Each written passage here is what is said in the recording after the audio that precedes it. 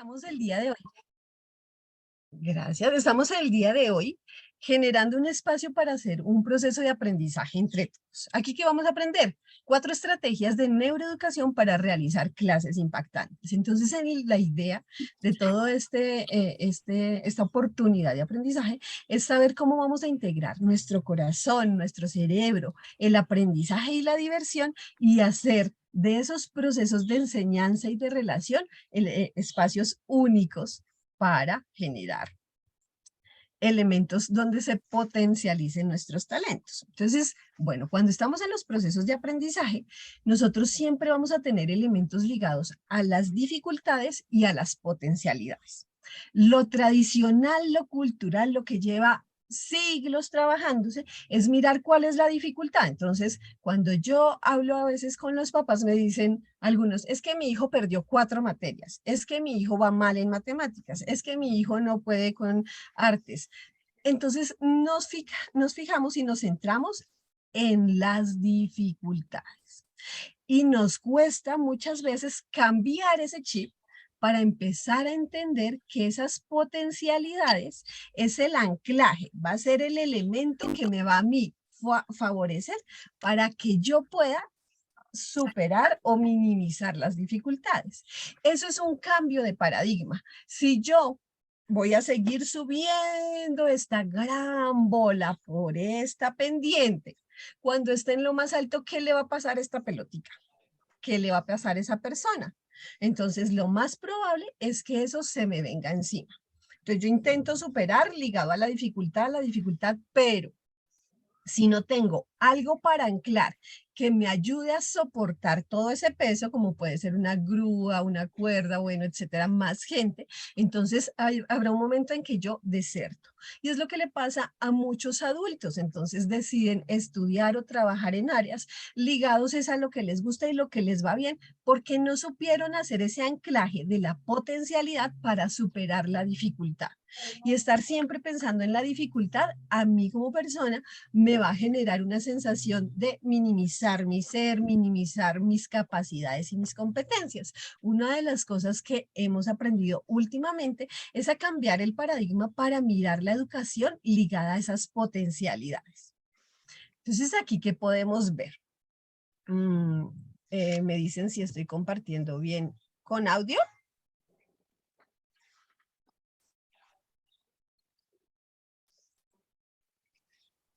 El video está sin audio.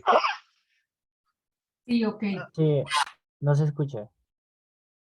¿No se escucha? Ah, bueno, listo. Entonces les voy a ir compartiendo. Cuando yo estaba en la universidad vi este video hace muchos años, ¿sí?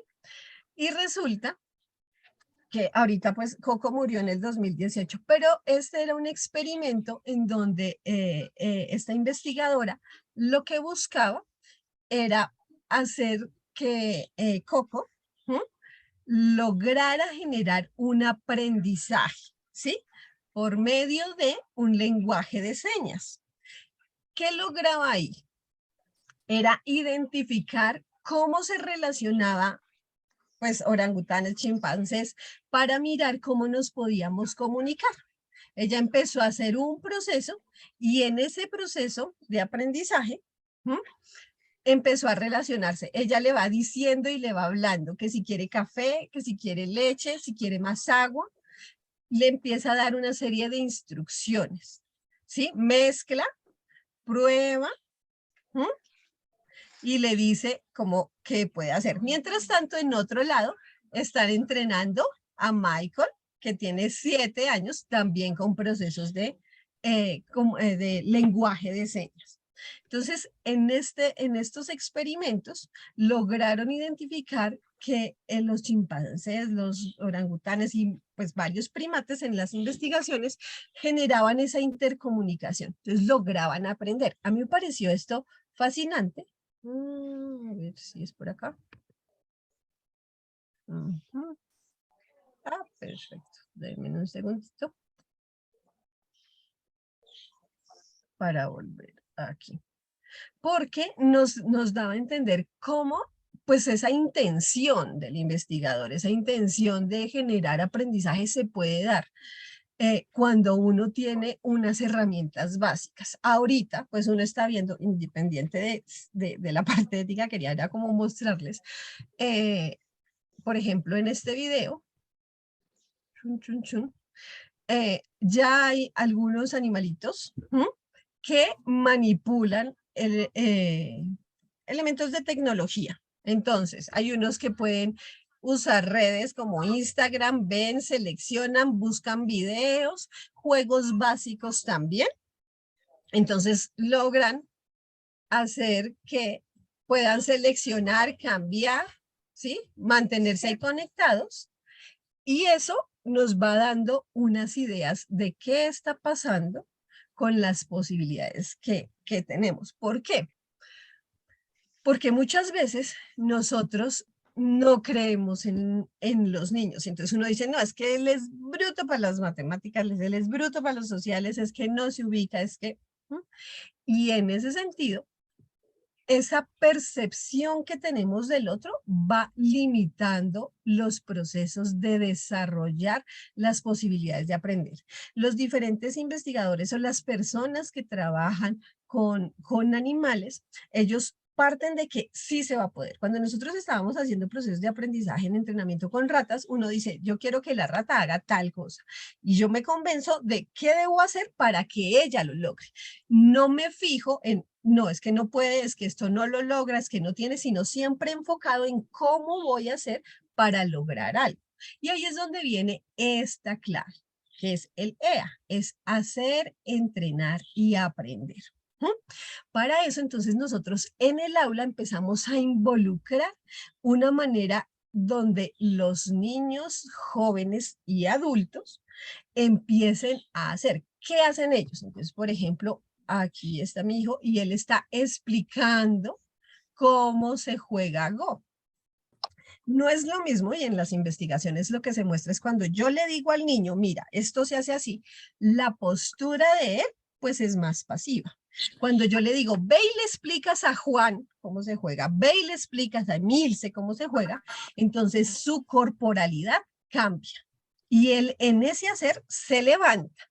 Y esto se ha hecho en experimentos con niños desde los 4 años para mirar, por ejemplo, qué es lo que hacen. Porque se hace un ejercicio en donde se ponen líneas paralelas, ¿sí? 7 imágenes de líneas paralelas y en la 8ª imagen, entonces hay una figura en donde esas líneas ya no son paralelas, sino perpendiculares. Y uno les dice, ¿cuál es la diferente?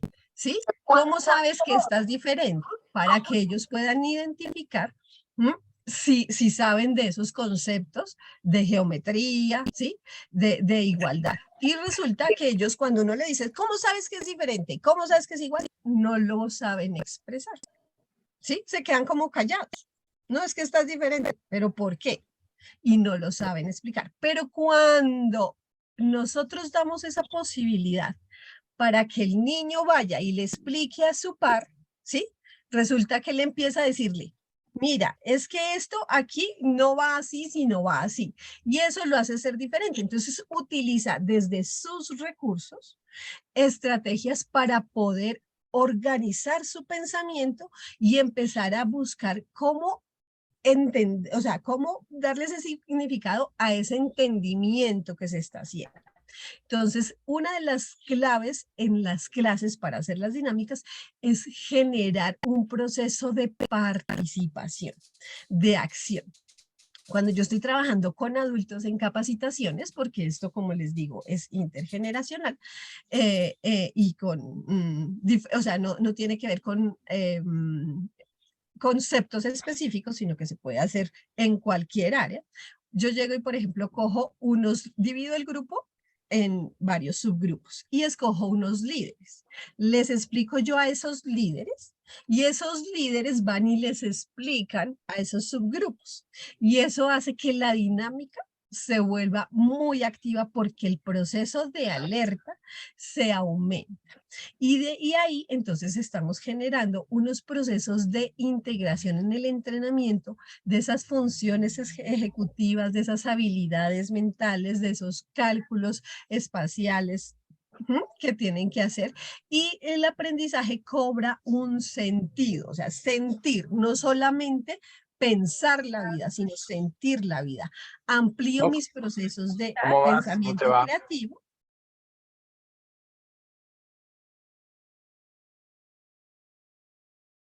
Paola se quedó sin sonido.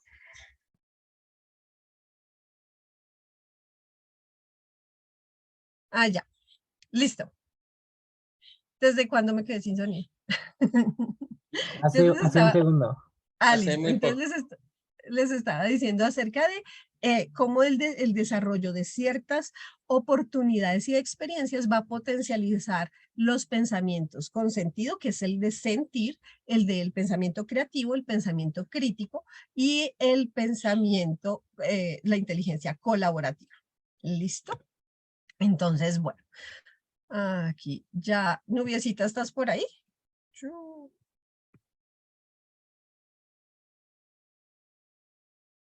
Listo. Conocer cómo funciona nuestro cerebro y nuestro organismo es algo esencial. Sí estoy. Buenos días. Perfecto, muy buenos días. Entonces, vamos a hacer un proceso de entrenamiento. ¿Listo? ¿Qué vamos a hacer? Nos vamos a poner a dibujar. ¿Cómo hacemos ese proceso de dibujo? Vamos a tomar lápiz o papel, lo que tengamos a la mano. Podemos abrir también una aplicación. Yo voy a poner aquí, bueno, Erfan, ¿me ayudas para colocar 1 minuto? Apenas yo le diga ya a Nubiecita. Y el tercer punto es apenas yo diga stop, ¿sí? Erfan, ¿Sí? ¿puedes poner tú el minuto para que cuando digamos stop, ahí dejamos de dibujar? ¿Queda claro? Son solo 3 instrucciones. Tomar lápiz o papel, lápiz y papel o abrir una aplicación de dibujo. Durante 1 minuto seguir unas instrucciones. Y el tercero es, cuando digamos esto, dejamos de dibujar. ¿Listo? Nubiecita. Listo. Entonces, Dímelo. perfecto. En tu WhatsApp vas a recibir una imagen.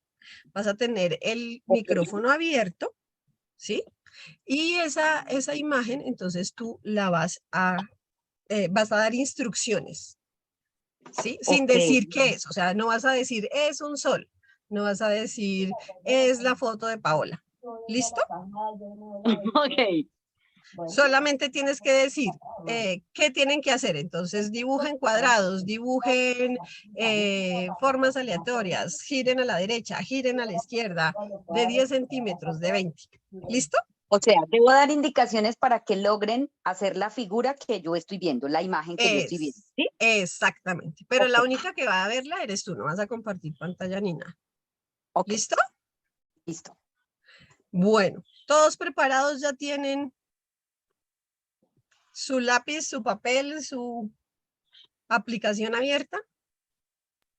Sí. Perfecto. Empezamos, Erfan. Vale. Desde ya, Nubiecita. Listo. Entonces, vamos a hacer 3 líneas rectas unidas en sus vértices.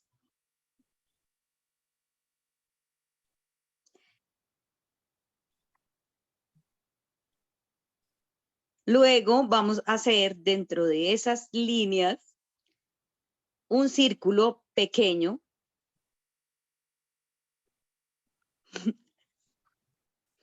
Y dentro de ese círculo vamos a dibujar 2 líneas perpendiculares.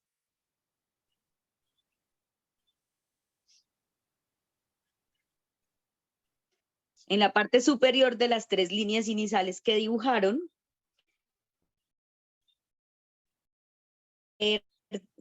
2 líneas unidas en su vértice, intentando formar un triángulo. ¿Listo? Se acabó el tiempo. Tiempo. ¿Listo? Perfecto. ¿Cómo nos fue con esa obra de arte? ¿Cómo nos fue? ¿Cómo se sintieron dibujando, siguiendo instrucciones?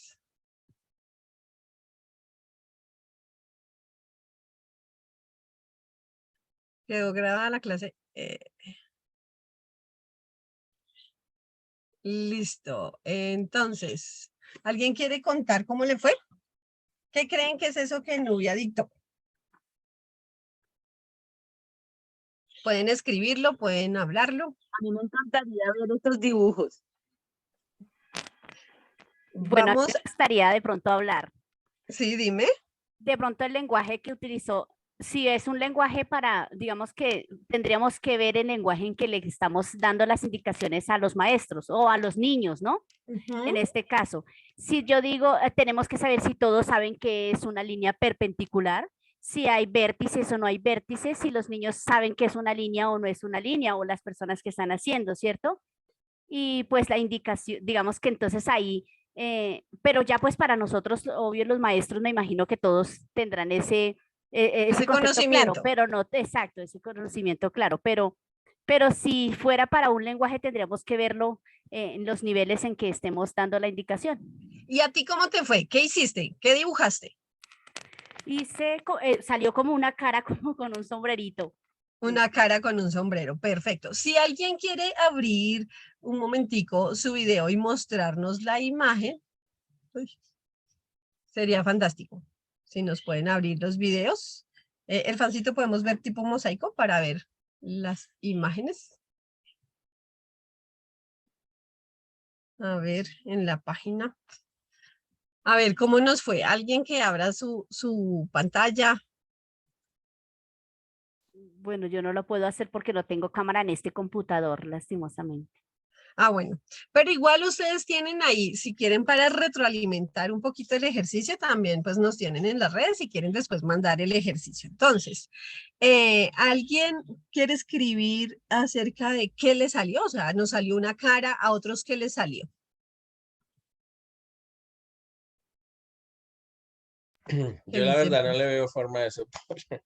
La voy a Bueno, compartir. algo La voy a muy compartir creativo, aquí. abstracto.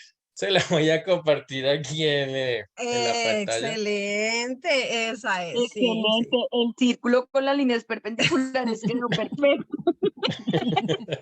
Muy bien, muy bien. Ay, gracias. Perfecto, Bueno. perfecto.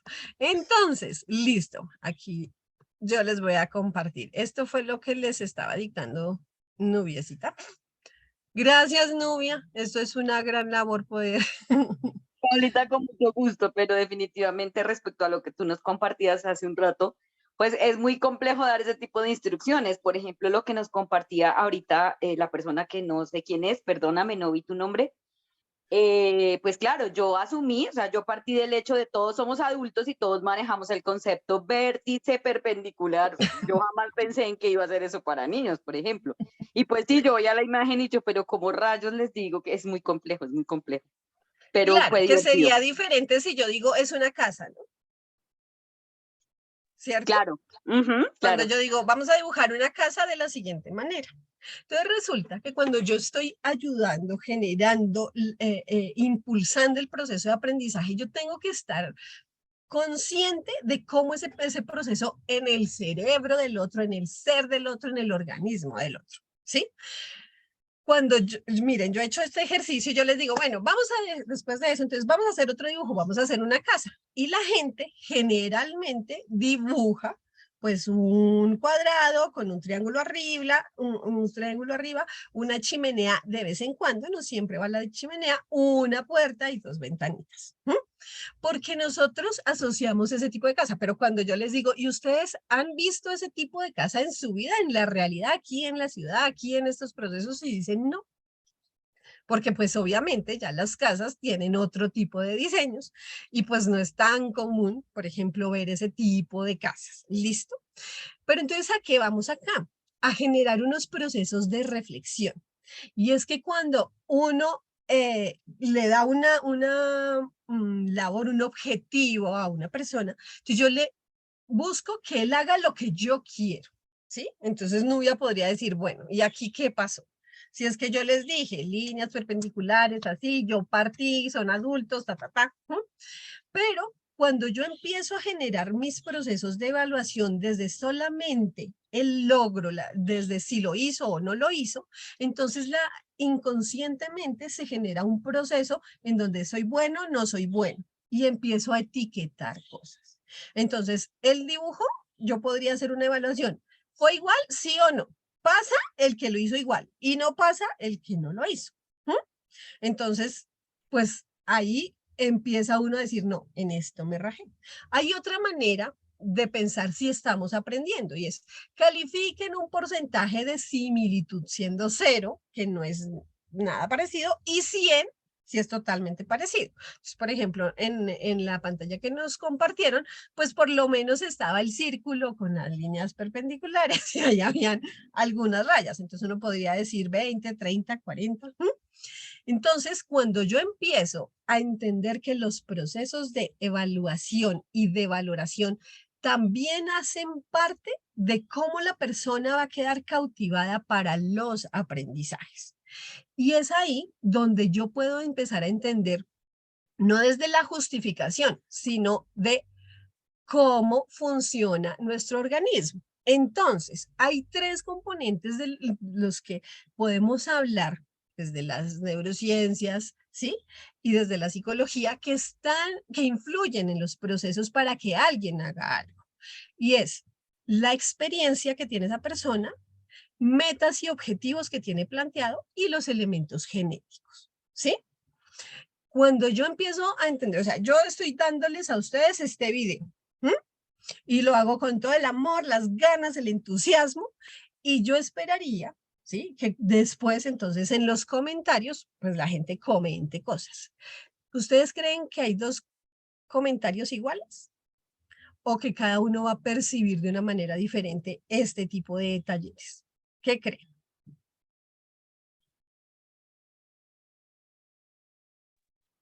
Yo creo que de pronto lo percibimos de manera similar, pero lo expresamos de forma un poquito diferente. O sea, exactamente el mismo texto, no creo que lo hagamos 2 personas Ujú.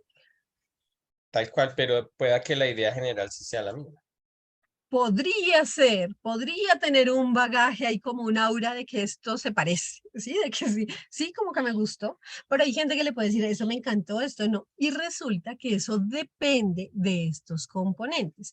No es en sí de lo que yo estoy haciendo, no es el video, es de cómo yo lo estoy percibiendo, es mi proceso mental el que me hace a mí empezar a entender, según mi experiencia, según el objetivo y como yo estoy involucrado con eso y según mi genética, cómo yo estoy percibiendo e interpretando las cosas, ¿sí?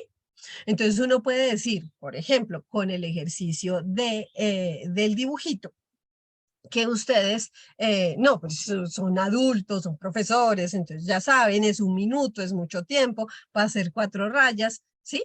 Entonces, cuando yo llego y digo, bueno, ¿será que ellos han dibujado? ¿Será que ellos están acostumbrados a recibir instrucción? ¿Será que en sus objetivos el objetivo está planteado para que ellos quieran hacer el mejor dibujo, hacer un dibujo como? Entonces, cuando yo empiezo a soltar un poco ese control y a darme cuenta de que los seres humanos estamos ligados a todo eso que vamos recogiendo, porque mi experiencia de hoy no es la misma de ayer, ni va a ser la misma dentro de un mes, ¿sí? Y entonces siempre vamos a estar cambiando y en ese sentido, en los procesos de aprendizaje implican que nosotros como profesores, docentes, instructores, capacitadores, etcétera, estemos siempre muy atentos a las dinámicas, a los cambios, a las transformaciones. Eso genera unos nuevos paradigmas. Mi papá me decía que cuando él estaba estudiando, si no cumplía algo, si no decía bien las instrucciones, lo paraban en el patio del colegio con unos ladrillos en las manos, ¿sí? Para que él generara conciencia y se concentrara y supiera qué era lo que tenía que hacer. Entonces, en ese sentido, pues eso era unas estrategias que se manejaron según lo que en ese momento la gente sabía, creía, ¿sí? De cómo estaba funcionando nuestro cerebro. Pues resulta que nosotros, pues teníamos una mirada, entonces evidenciábamos cosas con la ayuda de la tecnología, los trabajos de grupo, las investigaciones, lo que dicen aquí y allá. Entonces eso es como un telescopio que nos ayuda a ver más allá, más profundamente. Entonces cuando yo empiezo a identificar que en los nuevos paradigmas requiero mirar de una manera particular los procesos de aprendizaje de mis estudiantes. ¿Qué significa eso? Que hay un 15 a 20% de niños talentosos. Hay un 15 a un 25% de niños con déficit en algún área. Hay un 30 a un 45% actualmente de niños con dificultades a nivel emocional, una ansiedad muy alta, depresiones, procesos pues de trastornos emocionales. Entonces, resulta que yo en mi salón, cuando empiezo a decir, si esto es un 20%, entonces tengo 2 niños así, 2 niños así, 2 niños así, y yo no sé quién es quién, ¿sí? Si por ejemplo, un niño con hiperactividad, resulta que hay zonas de su cerebro que no han madurado de la misma manera como un niño, pues que uno podría decir que tiene un cerebro normotípico. Entonces, ese niño requiere unos procesos muy claros para generar conductas de inhibición más específicas. Y de ahí, pues requiere que yo tenga una atención particular sobre esas habilidades, sobre esas características que esos estudiantes tienen ahí. ¿Qué sucede? Que entonces yo empiezo a generar procesos de conocimiento y cuando yo empiezo a generar procesos de enseñanza, mi cerebro tiene unas zonas que se activan, ¿sí? Esas zonas de actividad dependen como de las áreas que yo trabaje. Entonces, si yo trabajo procesos de números, ¿sí? Aquí vemos en lo verde que se activa, ¿sí? Si en cambio yo trabajo procesos de cálculo, aquí en el cerebro donde tiene las áreas azules, ¿sí? Se activa esto. Entonces, se activa más entre números y hacer cálculos, operaciones matemáticas, cuando yo estoy haciendo cálculos. Pero, ¿qué sucede? Los cerebros de mi derecha son cerebros de personas adultas profesionales, pero no en el área de la matemática ni de ingenierías. En el lado izquierdo de la pantalla tenemos cerebros de personas adultas, pero que son profesionales en el área de matemáticas o ingenierías. Si yo comparo estos dos cerebros y los pongo a hacer números, miren la diferencia de los cerebros que están conociendo algo a los cerebros que dominan algo. ¿Sí? Cuando yo genero dominio, mi cerebro gasta menos energía, que es lo que al final quiere el cerebro, no gastar energía. Miren la parte de cálculos. Aquí se ve de manera más significativa, ¿sí? Para ellos hacer un cálculo de una operación, pues implica menos gasto de energía. Entonces, cuando yo genero procesos de dominio en cualquier área, lo que está pasando con mi cerebro es que al inicio voy a hacer un alto gasto energético, pero de activación de redes neuronales, pero ya luego se va a facilitar. Esa alta activación implica que si yo no manejo los procesos emocionales, entonces va a tener resistencia porque voy a gastar mucho y voy a terminar muy cansado. Entonces, si yo voy a hacer procesos, por ejemplo, en los juegos de estrategia hay juegos de alta complejidad de estrategia como el Go, y uno ya dice, pero ¿por qué no lo juegan? Y entonces resulta que, claro, implica muchísimo el hecho de estar pensando, analizando, calculando inmediatamente, y eso genera pues no una recompensa inmediata. Si yo estoy iniciando ese tipo de aprendizajes de juegos de estrategia avanzados sin hacer como un debido proceso, pues mi cerebro va a terminar muy cansado, agotado, ¿sí? Y me voy a poner a nivel emocional más sensible. En cambio, cuando ya lo dominan, pues generar un nuevo aprendizaje frente a esas áreas va a ser más sencillo. Esto a mí me parece súper fascinante, porque en ese sentido tenemos nosotros que empezar a romper creencias y expectativas. Entonces, ¿qué pasa? Cuando alguien está en coma, uno antes sentía pues como que la persona no estaba ahí, ¿sí? No me responde. Yo le hablo y esa persona no da respuesta. Se cambió la pregunta y entonces se dice, bueno, ¿y si no me está dando una respuesta como la que yo quiero? Palabras, movimientos, acciones, pero la persona sí está entendiendo, sí me está escuchando, sí comprende, sí siente. ¿Cómo yo puedo identificarlo? Entonces hay unas investigaciones en donde ponen unos aparatos, o sea, conectan a la persona a unos aparatos para mirar su actividad cerebral. ¿Qué se ha logrado? Pues entonces primero miramos las personas que tienen respuesta.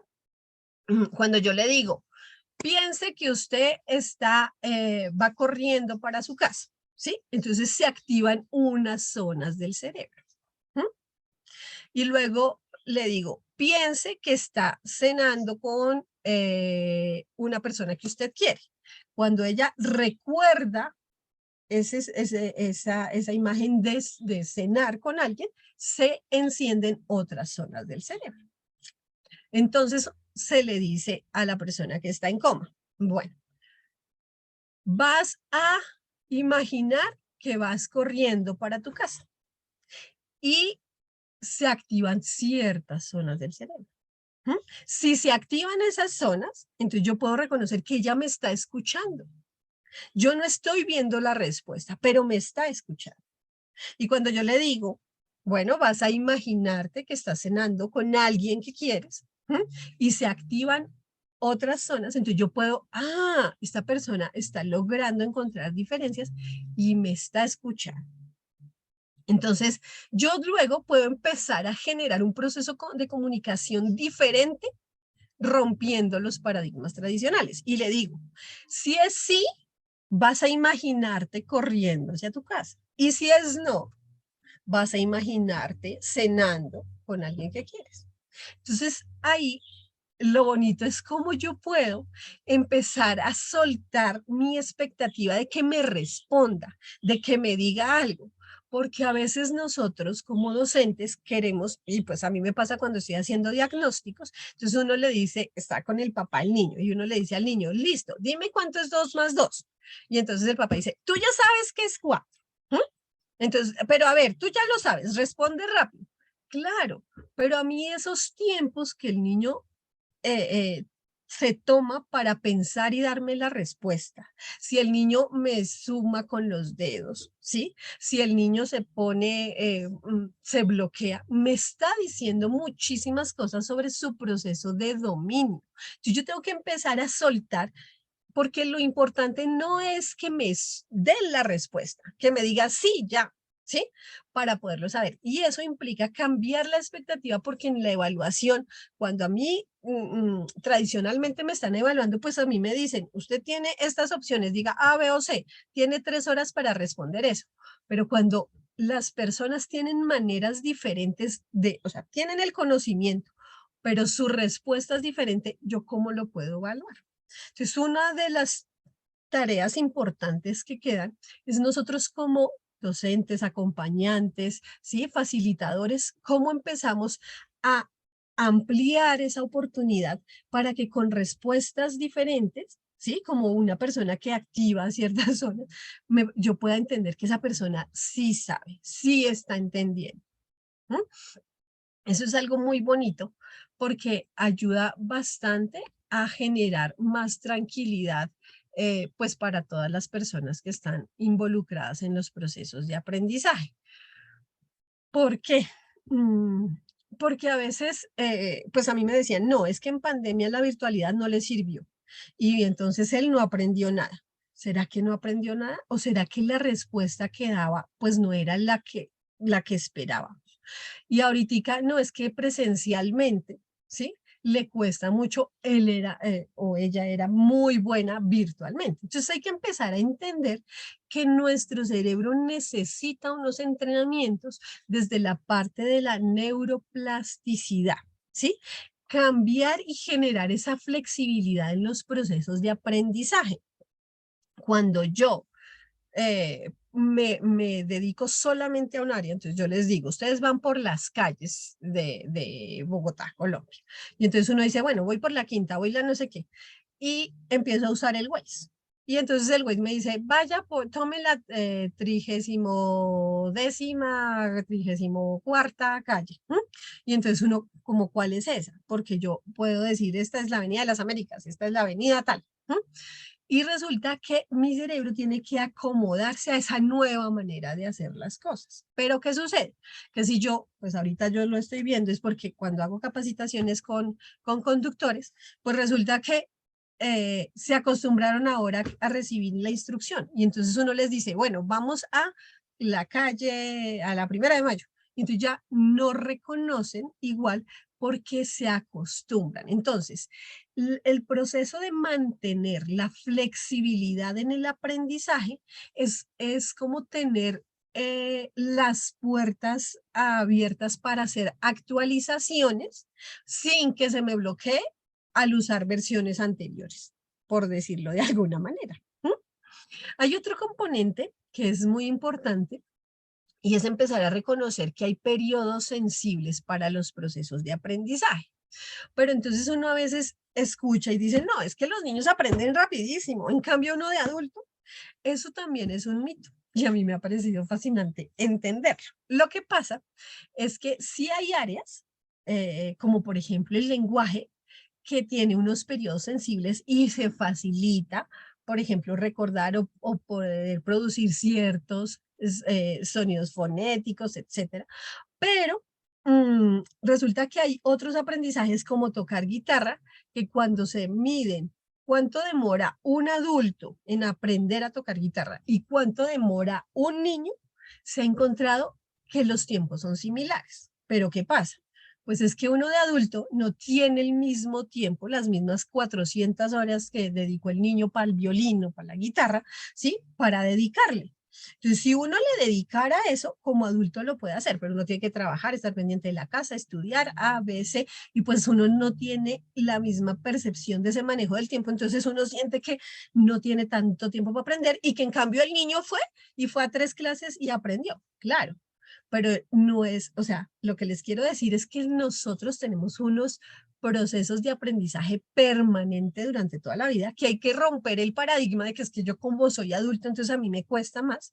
Eso se ha demostrado últimamente que eso no es cierto, pero sí es importante tener presente que existen unos periodos sensibles que facilitan, como por ejemplo la adquisición del lenguaje en unos momentos específicos o adquisiciones de algunas habilidades sociales, bueno, etcétera, emocionales que se facilita en ciertos momentos de la vida, ¿sí? No es lo mismo un adolescente que tiene toda como esa parte hormonal para aprender habilidades sociales a cuando uno ya tiene 90 años que tiene otra perspectiva sobre el estilo de relación y sus hormonas están funcionando diferente.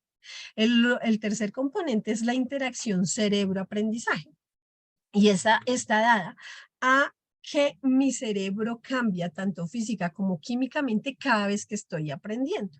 Entonces hay una serie de investigaciones que muestran que cuando yo llego y practico memoria de ciertas cosas, entonces se amplían y se pueden engrosar ciertas zonas del cerebro, pero ¿qué sucede? Si dejo de practicar y eso, vuelve y se adelgaza. No tanto como estaba al inicio, pero se adelgaza. Y otro componente que es interesante es que si yo vuelvo a reaprender, o sea, vuelvo a practicarlo, vuelve y se ensancha de una manera más rápida, ¿sí? Entonces es como una bombita, ¿sí? Entonces se amplía, pero si yo dejo de soplarla, pues se va a chupar, pero igual ya no va a quedar como era antes, exactamente, ¿no? Sino que va a tener modificaciones físico-químicas. Listo, entonces aquí vamos a hacer otro proceso de entrenamiento. Las 4 claves, una está ligada con el proceso de creer. Entonces, para eso vamos a hacer un primer ejercicio y durante 10 segundos. ¿Listo? Erfan, puedes colocar ahí 10 segunditos. Cuando yo diga ya, ustedes durante 10 segundos van a escribir en el chat ¿Mm? La mayor cantidad de frutas que conozcan, ¿sí? Entonces, la mayor cantidad de frutas. Si no pueden escribir, están andando, pueden abrir, pueden, sin abrir el micrófono, pueden decirlas y ustedes las cuentan. ¿Listo? Entonces, ¿estamos preparados? La mayor cantidad de frutas. A la una, a las... bueno, Erfan, apenas tú pongas el cronómetro en la pantalla, podemos hacerlo con el tiempo, amor. Vale. Entonces, vale. Listo, cuando quieran. 1, 2, 3, ya.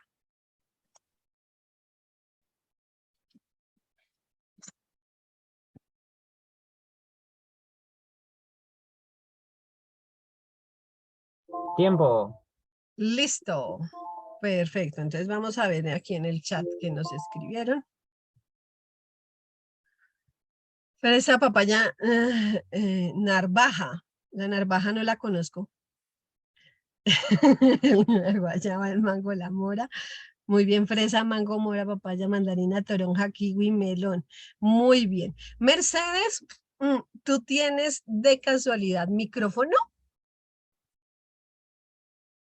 que puedas activar? Sí, señora. Aquí estoy. Maravilloso. Entonces, listo. Vamos a hacer ahora otra segunda parte del ejercicio. Felicitaciones. Escribiste 9. Nanán, me imagino que era naranja. Naranja. Nanán. Velocidad nanana. de dedo. Sí, una nanán. Bueno. Entonces, ahora vamos a hacer el ejercicio, pero tú vas a decirlos, ¿sí? Vas a decir Sí. durante 10 segundos, ¿sí? Vas a decir nombres femeninos. 10 segundos y nosotros vamos a contabilizarlos. ¿Listo, Erfan? Entonces coloca ahí cuando Erfan diga ya. 10 segundos. Sí, pone ahí el contador. Ok, otra vez. Listo, ya. Nombres femeninos. María Alicia, Carmen, Patricia, Consuelo, Elizabeth, Teresa, Lucía, Claudia, Adriana, Mercedes, Mónica, Sandra, Matilde, Rocío, Lucía, Claudia, Josefina, Tiempo. Esperanza. Muy bien, 19. Excelente, excelente. Ahora, nuevamente, Erfan, deja listo los 10 segundos y vamos a hacer la segunda parte. Ahora vas a decir palabras, ¿sí? En los mismos 10 segundos, pero no pueden estar asociadas. ¿Listo? Ya. Que no tengan relación. Empieza, Erfan. Casa, uva, toalla, tijeras, toronja, escoba, cepillo, espejo, gorro, pelo, Listo. ceja, Tiempo, zapato, Perfecto, cortina. perfecto. Entonces, dijiste 9. Muy bien. Listo, perfecto. Entonces aquí estamos evidenciando cómo funciona el cerebro. Resulta que nosotros para aprender es mucho más fácil si hacemos procesos asociativos, ¿sí? Entonces cuando yo digo, di nombres de mujeres, pues entonces para ti va a ser más fácil. Pero cuando yo te lo dejo libre, sí es lo que se te ocurra, pero te digo que no tienen que estar asociados y tú me dices uva y toronja, ¿sí? O me dices toalla, espejo, gorro, yo lo asocio a baño, ¿sí? Entonces, lo que sucede ahí es que por más que nosotros queramos obligar a nuestro cerebro a hacer cosas así sueltas, pues él no, él tiene una manera de actuar. ¿Cómo te sentiste, Mercedes, en el ejercicio? Muy bien, sí, tienes razón. Es difícil disociar y asociar algunas cosas, porque también cuando lo ponen a uno a decir algo, entonces uno echa parte de lo visual y de lo que está enfrente suyo. Entonces, yo estoy aquí y estoy viendo la escoba, entonces por eso repetí escoba así, porque tengo que hacer como esa mnemotecnia entre una cosa y otra. Este ejercicio sería bueno en un cuarto oscuro y ahí sí, ups. Total, cuando yo estoy en las conferencias, la gente dice Paola, tarima, micrófono, ¿sí?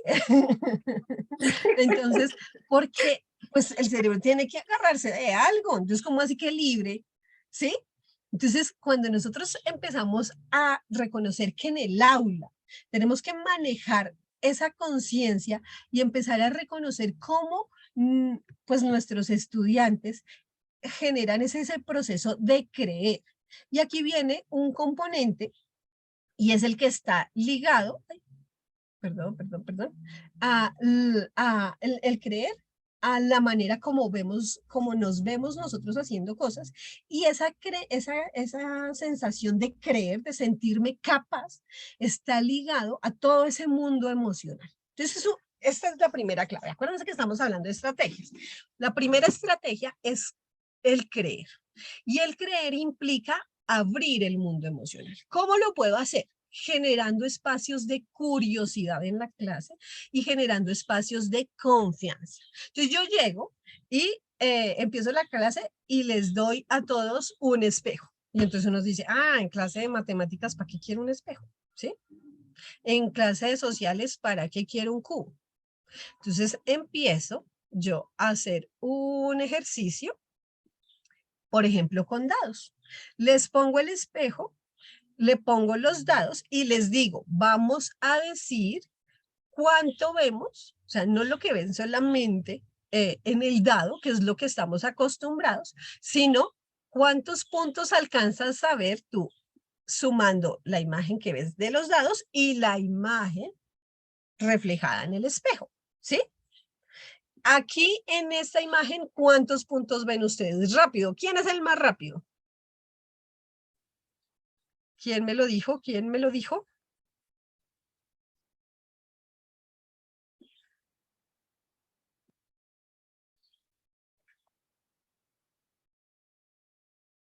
Erfan, 38. Erfan, ¿puedes presentar la de los dados, amor? Vale, El que haces con Ana. no sé. Espera, no sé cuándo. Listo, entonces vamos a ver aquí en el chat.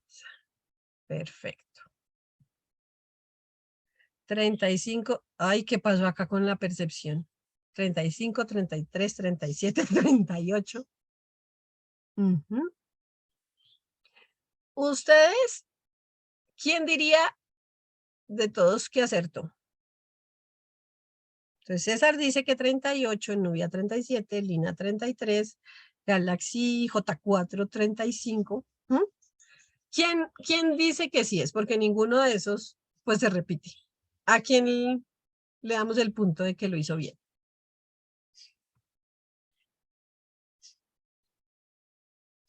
Cuéntenmelo. Nubia se lo ganó porque ya dijo yo primero. Entonces, cuando yo estoy empezando a trabajar con niños, con jóvenes, aquí al hacer este ejercicio, estoy rompiendo paradigmas. Estoy ayudando a flexibilizar, pero sobre todo a que tengan confianza. Porque cuando yo digo, es que será que me equivoco, entonces yo les empiezo a trabajar la manera de entender que no importa lo que dicen, ¿sí? Sino es empezar a entender, dije esto y esto será o no. Entonces, desde lo que el niño, el joven dice, vamos a corroborarlo. Ahí rompemos el esquema de empezar a tener siempre presente si está bien o si está mal. Sino, tú dijiste 35, cuéntame, ¿dónde están los 35? Tú viste 38, ¿dónde? Yo vi 37, ¿cómo los ves? Entonces, esa interacción emocional en donde yo puedo decir, yo vi 35, pero ella vio 37, pero igual tengo la opción de hablar, la opción de decir, es que mira, mis 35 yo los veo porque cuento acá, este yo no lo veo, en este yo veo medio punto, en este veo la sombra. Entonces empiezo yo a permitirle al otro expresar para que experimente. Y es que el mejor proceso de aprendizaje siempre está dado frente a la experimentación y a dar, o sea, a generar hipótesis y poder corroborarlas. No porque a mí me diga y yo repita así, siempre, 2 por 2. O sea, alguna vez yo le dije, mi papá le dijo a mi hijo que 2 más 2 es 5. ¿Sí? Y entonces, pues claro, le rompió como el esquema y hay una serie de videos, de tesis, de lecturas frente a cómo puedo hacer que 2 más 2 me dé 5. Y entonces eso les genera una curiosidad, porque yo ya no me voy a preocupar por si pasé o no pasé. El estrés y la ansiedad generan un bloqueo en los procesos de memoria, en los procesos de la parte de neocórtex. Entonces, yo lo que necesito primero, ¿sí? Es que el chico, la chica, la persona, el ser, genere confianza de hacer las cosas, de querer hacerlas. Cuando yo tengo en mis clases pequeñitos y grandes al mismo tiempo, o sea, niños desde los 5 hasta grandes, y les ponemos a hacer esto de los dados, y en esa experiencia, entonces, los niños se lanzan y lo que les decía al inicio, su postura es activa. La postura corporal me está diciendo cómo está mi nivel de cortisol, de testosterona, ¿sí? Mis niveles de serotonina. Ahí en mi postura, yo cambiando la postura puedo activar mi cerebro para ayudarle a que memorice mejor. No es lo mismo que yo esté así, ¿sí? Que baja el cortisol, baja la alerta, a que yo esté con una postura abierta y dispuesta. ¿Listo? Entonces, puedo trabajar algo tan sencillo como las matemáticas y el lenguaje. Yo también lo hago con palabras, con dados. Otro juego que también practico es el de los cubos Rubik. Y entonces les digo, listo, vamos a aprendernos los países, las banderas, vamos a hacer esto. O también con biología. Entonces van a hacer flores, van a hacer imágenes con los cubos Rubik. Y termina siendo un ensueño. ¿Qué pasa? Que el cubo Rubik a veces uno lo asocia como solamente a la habilidad de hacerlo rápido. Yo después, cuando empiezo a decir, bueno, es que no necesito que me armes el cubo, sino que busques la secuencia, que generes ese orden. Entonces resulta que ahí estoy ayudando y estoy activando al integrar procesos de atención focalizada, porque es que el niño cuando está haciendo esto no puede estar viendo, o sea, ni escuchando, respondiendo WhatsApp, ni nada de eso. Ya cuando tienen el dominio, pueden bailar, brincar, hacerlo porque lo hacen casi que inconsciente. Pero al inicio estoy generando una activación de la alerta, de la conciencia, de esa atención focalizada, haciendo ejercicios como estos. Bueno, hasta ahí cómo vamos, ya llevamos una horita de trabajo. Ay. Listo. Entonces, cuando estamos hablando de creer, lo que necesitamos empezar a trabajar son los elementos de las expectativas que yo tengo sobre ellos. Porque esas expectativas van a sumarles. Si ellos dicen, no, yo no puedo con eso. Entonces yo le digo, aquí yo no sé si puedes o no, vamos a intentar. Ya, nos quitamos como eso de si puedo, si soy bueno, si lo sé, no, ¿sí? Si no, vamos a intentarlo. El segundo componente es disminuir ese estrés escolar o académico. Cuando yo hago esa disminución de estrés, pues resulta que el generar esos procesos de memoria, de concentración, implican que no esté tan activada mi amígdala, ¿sí? Entonces, eso me va a facilitar que haya una recordación y una facilidad de una memoria a largo plazo. El tercer elemento es que voy a favorecer los procesos de autoeficacia y cuando yo me siento que sé algo, entonces lo puedo manejar mejor. Ahorita con todo lo de tecnología, a muchos de los adultos les da miedo explorar, ¿sí? El celular y eso. Entonces, resulta que un niño coge y mueve. Y yo escucho en clases de adultos es, bueno, abran esta página y llaman. Francisco, Cristina, ven y me ayudas. Es que no sé hacer esto. ¿Cómo se activa el micrófono? ¿Cómo pongo aquí? Es que no veo el mensaje. Entonces, resulta que uno, sin quererlo, inconscientemente, crea un nivel de autoeficacia bajo frente a ese nivel de manejo de tecnología. Y uno siente que ellos porque lo hacen. Ah, no, yo no sé, pero ven y miramos por acá. Entonces se acercan y dicen, ah, y esto lo podemos hacer así y así. Entonces ese nivel de autoeficacia que está ligado a la primera estrategia, que es el creer, va a ayudar a activar el ánimo porque estén en la clase, porque quieran aprender. Y el cuarto componente que está relacionado con la motivación. Entonces, esa motivación es esas ganas de, es ese motor que me lleva a ejecutar, a hacer cosas.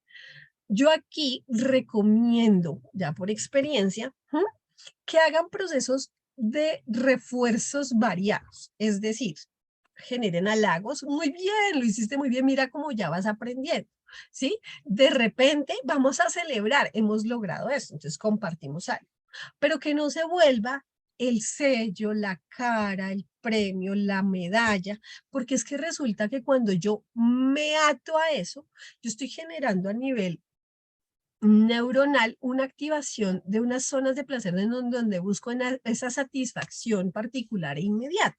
Entonces, cuando ya no me dan el sello, cuando yo ya tengo que hacer cosas por mí mismo, ¿sí? Sin que los otros me estén recompensando, me estén dando, entonces yo ya no siento el mismo placer, porque estoy es buscando la medalla, estoy buscando como eso externo. Y resulta que esa motivación, no hay nada más chévere como que uno sienta, uy, aprendí algo nuevo. Uy, es que esto no lo sabía. O sea, la motivación intrínseca conectada al placer de aprender, eso lo tenemos todos. Y por eso todos generamos esa curiosidad y esa confianza por explorar el mundo.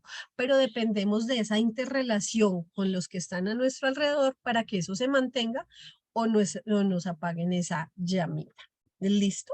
Entonces vamos a dar 2 minuticos de descanso para que conectemos. Entonces pueden pararse, tomar agüita, subir las manos, bajar, ¿sí? 2 minuticos y ya regresamos.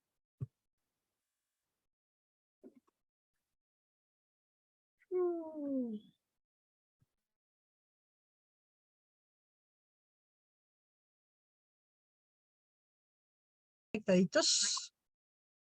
Listo. Entonces, bueno, ¿qué sintieron cuando corté la cosa así? ¿Alguien quiere decirme?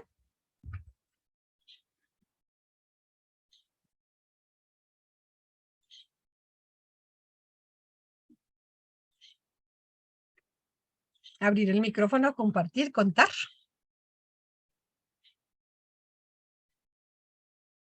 Bueno. Entonces, cuando yo decidí hacer ese corte, lo que quería mostrarles es cómo uno va a veces encarretado, encarretado, encarretado, y hay que saber cómo manejar dentro de las dinámicas de las clases esos manejos de los tiempos, porque la motivación tiene que mantenerse, pero yo no la puedo mantener siempre a lo alto, sino que tengo que hacer fluctuaciones. Y eso en algunos ejercicios con los chicos lo que hace es que ellos puedan mantener la atención, porque la atención es un recurso súper preciado y no se maneja porque yo quiera, ¿sí? O yo manejo mi atención, entonces présteme atención, entonces aquí vamos a hacerlo. Entonces vamos ahorita a hacer 2 ejercicios. Erfan, ¿qué ves ahí? Un 1. Bueno, un dado. Un dado. Perfecto. Entonces vamos a poner 3 dados y se van a movilizar y ustedes van a dar la respuesta. Rápido, Erfan. 9. Muy bien. Ahora con 4 dados.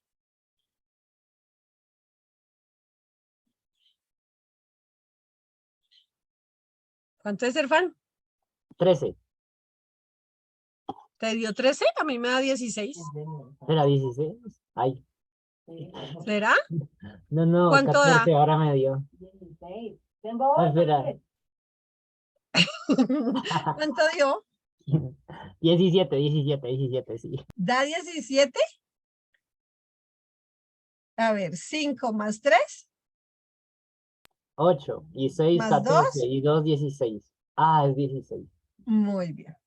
Entonces, ¿qué sucede? ¿Qué queremos mostrar aquí con este ejercicio? Erfan, tú cuando haces este entrenamiento, ¿lo haces hasta con cuántos dados?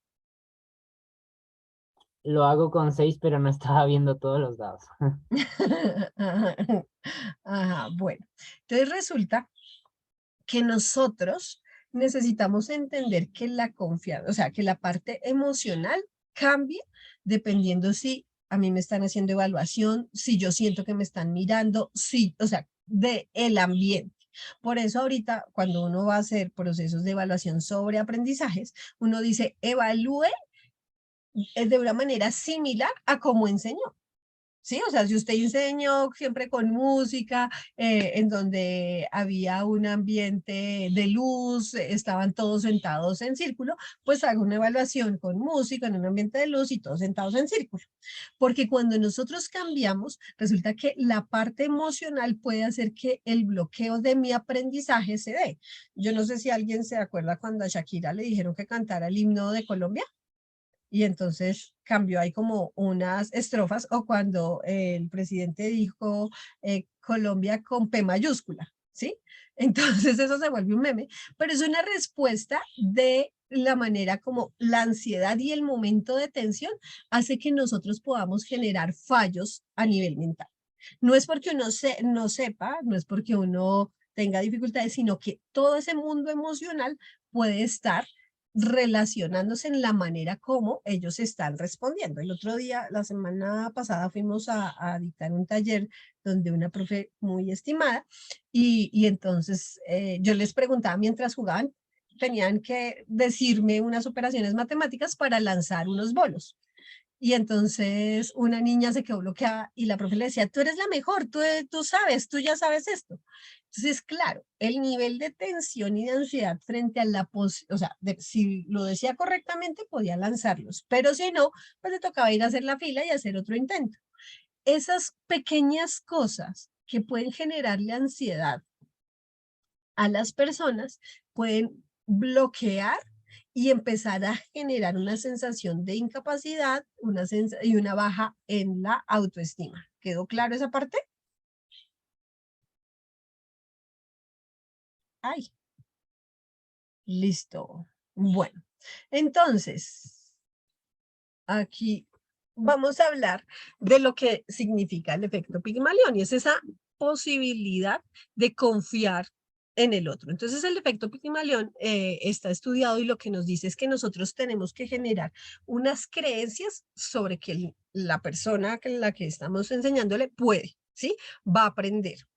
Un segundo elemento que es generar un clima favorable. El tercero es brindar oportunidades, o sea, no como que falló y ya nada más que hacer, sino que dar diferentes oportunidades para ir generando un proceso de logro.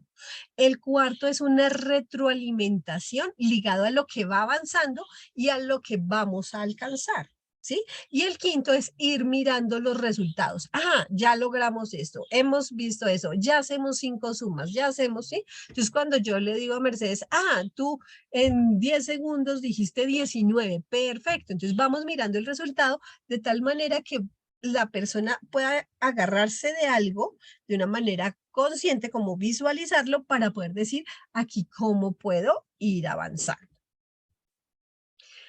Otra de las actividades en esta primera estrategia de la confianza es generar el rincón de mis fracasos favoritos. Entonces no hay que tenerle miedo al fracaso y hay que empezar como a mirarlos de una manera en donde yo he aprendido cosas. Entonces cuando me caí en bicicleta aprendí a ponerme el casco. Cuando hice tal cosa, entonces generé esto. Entonces los, entre comillas, fracasos van generando procesos de confianza dependiendo de cómo yo los albergo.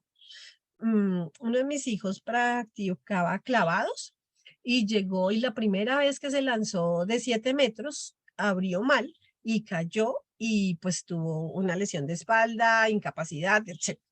Si yo le digo, no, pero ¿cómo se te ocurrió abrir así? Si es que tú ya sabes, has practicado. Entonces, ese fracaso y ese dolor que se genera al fracaso, porque el dolor emocional es a veces hasta más alto que el dolor físico, entonces se va a albergar. Pero si yo hago una reinterpretación y yo, wow, aquí, ¿qué pudo haber pasado? Entonces, uy, estábamos cansados, veníamos de un viaje, había mucho ruido. Entonces empezamos a mirar como qué cosas estaban alrededor para que esa situación que todavía recordamos no se genere como algo traumático, sino como, uy, algo que después me enseñó a aprender y ya luego pues generó saltos hasta de 10 metros, que es lo que se debe hacer.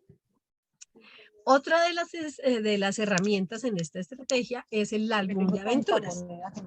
Entonces, ese álbum de aventuras es que ustedes, pues si no pueden tener un rincón, Erfan, ¿me ayudas con micrófonos, por favor?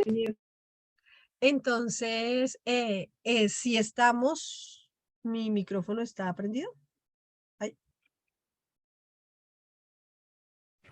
Sí, señora, se le escucha. Ah, perfecto, listo. Entonces, aparte de, si yo no puedo tener un rincón porque el espacio físico no me da, entonces yo puedo crear con los estudiantes un álbum de aventuras. Y ese álbum de aventuras, pues es algo muy significativo porque resulta que nuestra memoria, pues no puede albergar tantas cosas. Entonces, cuando uno ve la foto, ¿sí? De hace 10 años, de hace 6 años, de hace 6 meses, entonces se empieza a recordar, ¡ah! Yo aprendí esto, ¡ah! Yo hice esto, yo logré esto, entonces yo estuve con esta persona. Entonces, generar ese álbum de aventuras, no tanto ligado a como al logro en específico, sino a la situación, a lo vivido, o sea, no con la escultura, sino por ejemplo cuando están amasando, no necesariamente cuando hace la evaluación y pasa, sino cuando está estudiando. Esas aventuras, todo lo que conlleva ese aprendizaje es lo que hay que empezar a ayudar a que amen, porque de esa manera yo me aferro a vivir oportunidades, a sentir que es mágico, pues el aprender permanentemente.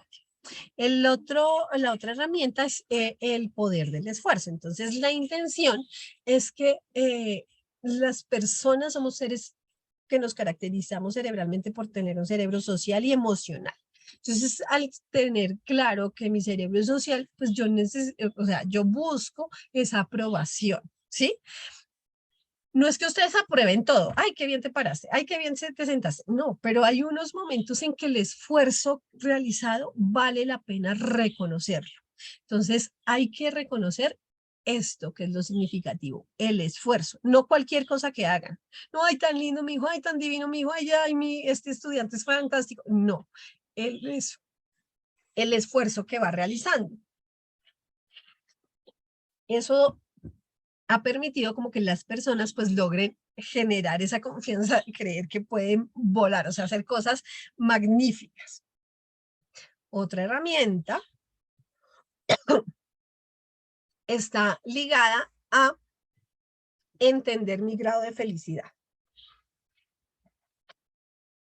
Hay un experimento que a mí me pareció muy significativo y es, ¿quién es más feliz?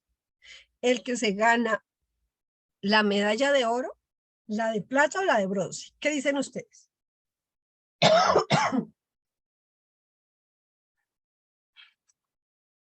Respondan. Los tres.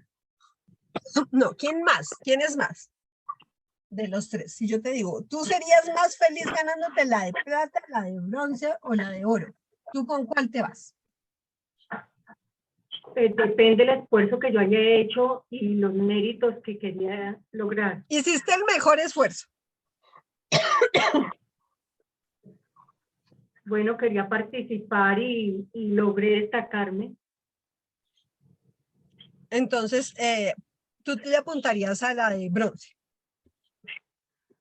Depende. Si no logré superar al mejor, pues tengo que esforzarme por No se llegar sabe al quién es primero. el mejor. Entonces, ¿tú a qué le vas a apostar? Tú, no pienses en ese, ¿a qué le vas a apostar? Le apuesto a destacarme y a superar los miedos y a vencer. Perfecto. Cuando nosotros estamos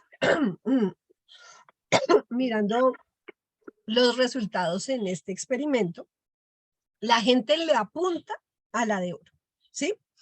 Entonces los deportistas, uno dice, ¿usted por cuál va? Y van por la de oro, ¿listo? Pero, no recuerdo, este experimento se hizo en los Olímpicos, bueno, les debo el dato, es de los 90 y algo. Y entonces se empezó a evaluar quiénes eran más felices, si los que se ganaron la medalla de oro, la de plata o la de bronce. Entonces, ¿qué se encontró? Que las personas generaban mayor felicidad cuando lograban estar en el podio en el puesto 3. Una cosa es lo que nosotros pensamos que nos hace felices y otra cosa es lo que nos hace felices. Entonces, ahorita, ¿me recuerdas el nombre de la persona que estaba hablando, porfis? Luzma. ¿Zulma? Luz Marina. Luz Marina, perfecto. Entonces, lo que dice Luz Marina es cierto. Entonces, nosotros empezamos a acomodar ya según lo que sintamos. Pero cuando uno habla de conexión de pensamiento, las personas piensan que si yo logro lo mejor, voy a estar más feliz. Y eso depende de esa interpretación de la relación, ¿sí? Entonces, es algo interesante porque uno lo que hubiera esperado es que es más feliz el que logró ser el mejor, ¿sí? Porque es que logré ser el mejor de todos. Pero resulta que lo que está ligado al organismo, pues resulta que la felicidad es mayor si tú logras estar por lo menos en el podio. Entonces es interesante porque eso nos da elementos para empezar a entender que no todas las personas son competitivas, ¿sí? Pero independientes, si tenemos una sensación de competencia o de cooperación, la sensación de lograr cosas es importante y de ser reconocido. No tanto el tener la medalla, sino del reconocimiento de cuando se hace el acompañamiento con deportistas o con niños en la parte de artes, y entonces ellos tienen un escenario lleno y todo el mundo los está viendo, pero ellos esperan que los vean las personas significativas para ellos, ¿sí? Sus padres, sus acompañantes, sus cuidadores, y entonces cuando están en el escenario suben y giran la cabeza buscando a esa persona que es importante. Y eso es algo interesante porque los profesores nos volvemos seres muy, muy importantes en la vida de nuestros estudiantes. Entonces, ese es un compromiso para que tengamos una mirada de amor, de reconocimiento frente a ese esfuerzo y esos logros alcanzados. Listo. El segundo componente está ligado con el orientar, con esa mentalidad fija y esa mentalidad de crecimiento. Entonces, las personas que tienen mentalidad fija se fijan mucho en los errores, se les dificulta aceptar desafíos, ¿sí? El proceso de abandono es muy alto, ¿sí? Lo hacen con facilidad y hacen como un cierre de sentidos a la escucha frente al feedback, ¿sí?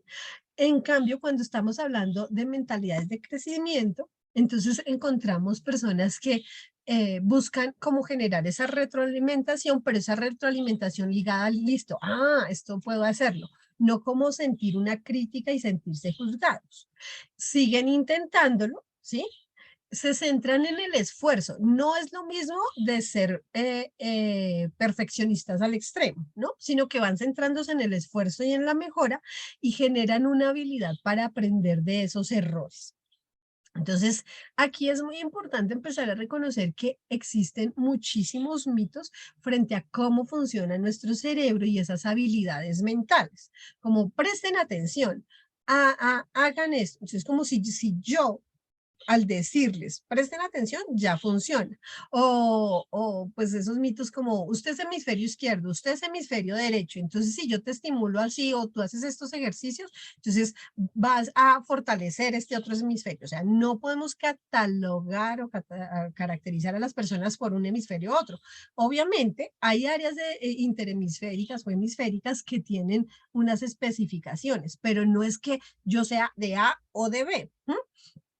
Entonces lo que tengo que empezar a entender es cuáles son esos mitos que yo tengo también como docente y que estoy manejando para poder romperlos y generar unas habilidades de pensamiento. Esas habilidades de pensamiento están caracterizadas por entrenar aspectos específicos como la observación, no la observación con los ojos, sino observación en el nivel de sentidos, de percepción. Entonces, mejorar esos procesos de percepción al inicio de clase, los elementos que me ayudan a generar comparación, relación, clasificación, ordenamiento, clasificación jerárquica, análisis, la síntesis y el proceso de evaluación son habilidades de pensamiento que van a facilitar los procesos del aprendizaje. Para eso hay juegos que me ayudan a activar este tipo de habilidades al inicio de tal manera que cuando yo vaya a dar la temática se facilite. El segundo componente que es importantísimo y que se ha determinado está relacionado con las funciones ejecutivas. Esas funciones son habilidades de atención, de memoria, de inhibición, de flexibilidad, ¿sí? Que tenemos, pero que a veces no entrenamos porque no sabemos cómo están, ¿sí? Y el tercer componente es desarrollar esas habilidades de pensamiento estratégico, la capacidad de reconocer cómo está mi escenario, de planificar y de activar acciones realizadas a esa planificación. Entonces, por ejemplo, yo recomiendo siempre generar procesos de informes frente a las habilidades específicas. Entonces, yo hago informes periódicos porque las dinámicas, como les mostraba, en nuestro cerebro va cambiando con toda la experiencia, si yo tengo claro como las metas y mis procesos genéticos, si yo tengo claro estas habilidades cómo están, entonces yo puedo enmarcar mis procesos de clase de manera más sencilla. Aquí, cuando uno hace las valoraciones, entonces uno llega y dice, hay un punto medio ligado a lo que está como lo esperado, ¿sí? Entre comillas esperado, para la edad, ¿sí? Entonces, yo hago el proceso de evaluación, ¿sí? Y el punto es lograr hacer que vayan subiendo áreas. Este chico conmigo ya lleva 6 meses. Cuando inició, tenía en su proceso de evaluación era 350 por debajo de su edad y empezamos a hacer entrenamientos específicos. Entonces, nos centramos muchísimo en mejorar procesos de memoria. Hemos mejorado los procesos de atención, solo nos falta un poco la atención dividida, pero algo que a mí me tiene muy contenta es que la mayoría, miren, yo he hecho como unas 600 pruebas y en esto la atención focalizada siempre es muy baja, tiende a ser muy bajita. Ustedes ahorita están en este taller, pero muchos otros pueden estar con el WhatsApp, con llamadas, bueno, pendiente como de varias cosas y eso va haciendo que la habilidad de mantenernos en foco, no solamente focalizar, sino mantener esa atención focalizada, se disminuya. Entonces, cuando uno empieza a lograr que eso ya no esté en rojo, sino vaya subiendo, pues son logros significativos. Un entrenamiento, pues, por ejemplo, para que él suba esto, son un entrenamiento más o menos de 6 meses para que mejore los procesos. Aquí ya nos faltan elementos más puntuales que son coordinación y ya elementos de razonamiento y algunos, por ejemplo, tiene ya unas áreas de percepción como el campo visual, la percepción espacial ya altas, pero la estimación y el escaneo visual están bajos. Entonces, cuando yo suba estas dos, pues ya los procesos de percepción van a seguir mejorando porque un área me va jalonando las otras. ¿Listo? Entonces hacer esos procesos de evaluación es importante y también relevante hacerlos de manera periódica. Se pueden hacer estos procesos, demoran 20 minuticos y uno trabaja, pues estos son habilidades ejecutivas. Perfecto. Listo. Entonces, ya teniendo en cuenta esas evaluaciones, yo planteo como qué recursos a nivel interno tengo, cómo están mis niveles de gestión de emociones, cómo están mis elementos corporales, esos recursos de conocimientos y esos recursos como de planificación y de organización. También hago una valoración de los recursos que tiene ese estudiante. Entonces, tiene un espacio para estudiar, tiene unos tiempos para estudiar, qué recursos materiales cuenta, tiene libros, cuadernos. Hay algo que nos dicen y es que, por ejemplo, a nivel externo, las personas que tienen ambientes afectivos conflictivos tienden un proceso de funciones ejecutivas y aprendizaje menor. Las personas que en sus casas y en sus hogares pues no tienen como el recurso del libro a la mano, de verlo ahí, de ciertas cosas, también tienen un aprendizaje menor. Entonces, contar, o sea, tener el conocimiento sobre con qué contamos, pues también me ayuda a mí tener un plan sobre qué puedo hacer.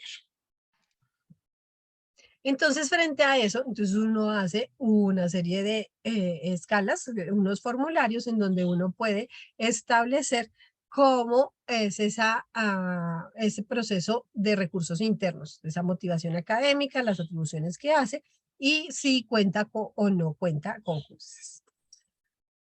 Ahí ya cuando uno trabaja esa parte de los recursos, de esas funciones ejecutivas, todo eso lo vamos a ligar a un cronograma de sueños. Entonces, ¿qué es ese cronograma de sueños? Yo tengo que saber qué es lo que quiero alcanzar, qué es lo que quiero anhelar, porque hay unas zonas en el cerebro que se enfocan en lo que yo pienso.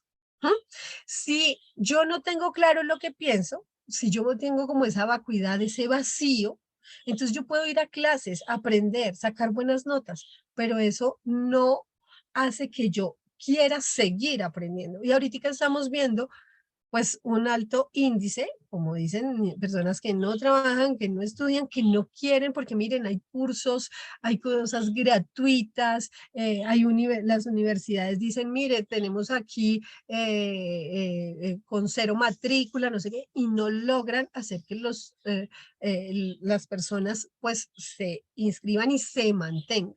Uno de los elementos que dentro de las investigaciones puede estar relacionado es que no hay ese cronograma de sueños, o sea, ¿qué yo quiero lograr? No qué quiere lograr el otro. Alguno de mis pacientes me decía, es que yo estudié eso porque me dijeron. ¿Quién te dijo? Pues mi mamá, mi abuela, porque ella es la que más se mete en mi vida. Ella me dijo que estudiara eso, pero yo no quería. ¿No? Entonces, si yo no logro entender cuál es esa altura de ese cuello de mi jirafa, de ese estudiante que tengo y cómo le ayudo yo a que se desarrolle más, pues resulta que esas habilidades que tenemos innatas de aprendizaje, de amar siempre en la exploración, el reconocimiento, se van disminuyendo. La tercera estrategia es implementar. Entonces eso está relacionado a los hábitos. Y esto sí que es complejo, porque uno cree que el hábito se da porque a veces uno le dice, entonces organice sus libros, organice sus cuadernos, estudie 10 minutos, estudie no sé qué. Pero el hábito implica generar esa conciencia, esa frecuencia y esa conexión con eso que yo quiero hacer. Cuando yo empiezo a reconocer que esa disciplina, así sea de a poquitos, ¿sí? Se ha encontrado ahí, pues los profesores que estuvieron aquí en el encuentro de matemáticas y que estuvieron con Alberto Coto, que es heptacampeón de memoria, entonces él decía que esa gota de disciplina de manera frecuente es lo que cambia la vida para que desarrolles la habilidad. Entonces, el implementar es empezar a generar esa conciencia de los hábitos, pero para eso yo tengo que empezar a reconocer cómo son esos hábitos fisiológicos. Ahorita sí que se ha estudiado todo lo de sueño. Y se ha encontrado, pues que hay una, digamos que uno no puede decir exactamente estas son las horas, pero hay unas horas estimadas, ¿sí? Para trabajar ese tiempo de limpieza cerebral. Y es que, miren, esto es hace 8 años, en unas investigaciones de 8 años hacia acá, en que se encontró que esa función tan importante del sueño, que la función del sueño, que es limpiar mi cerebro de toxinas, de elementos tóxicos, es súper relevante. Entonces, si yo no duermo, no logro eliminar esas toxinas. Si no se eliminan esas toxinas, mis procesos de memoria no van a estar bien.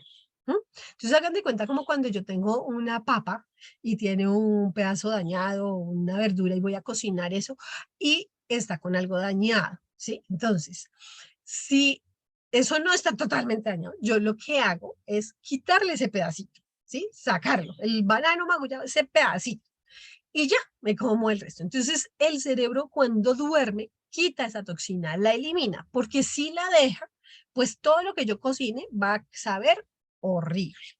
Entonces, yo voy a dañar otros procesos por no quitar esos elementos tóxicos. Ahí es determinante empezar a generar esa conciencia en los estudiantes y en sus familiares, porque si son chicos, de las horas de sueño, de que ese sueño esté sincronizado con su reloj biológico. Entonces ahorita hablamos de que tenemos una serie de relojes, no es solo uno, sino por ejemplo yo tengo mi reloj biológico, está el reloj de la luz, ¿sí? De todo lo que está relacionado con eso externo, y está el reloj social.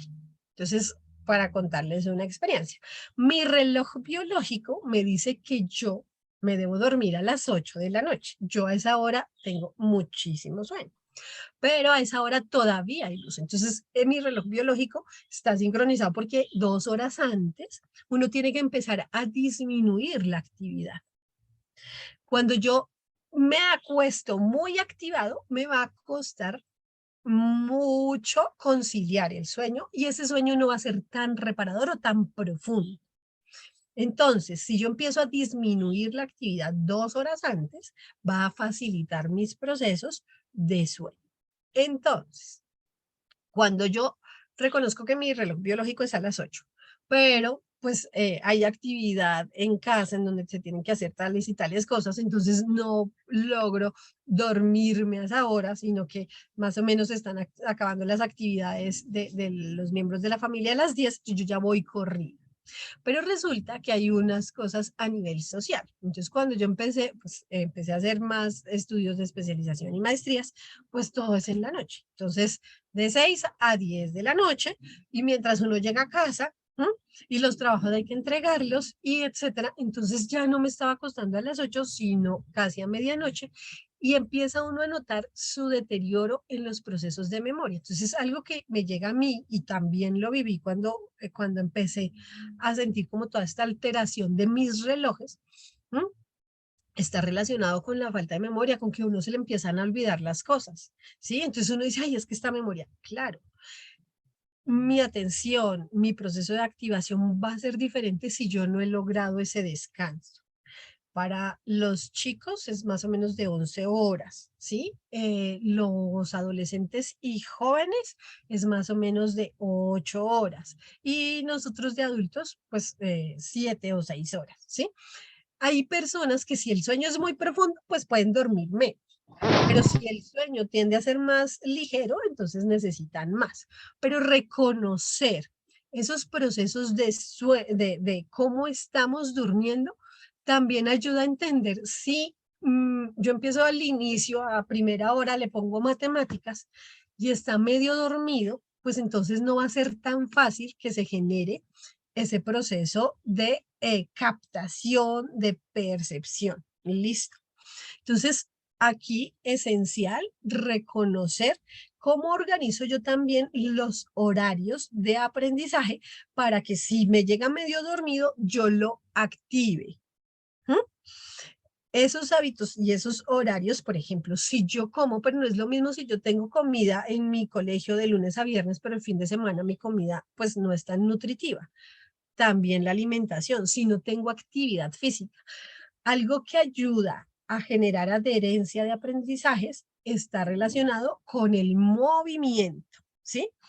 Ahí pueden, pues, si quieren y tienen dudas específicas con elementos puntuales, me pueden escribir y yo les puedo dar, pues, autores y libros que les ayudan a profundizar sobre todo este tema, por ejemplo, cerebro y movimiento. La doctora Nazaret Castellanos es una experta en eso. Hay un psiquiatra que trabaja todo lo de alimentación y cerebro.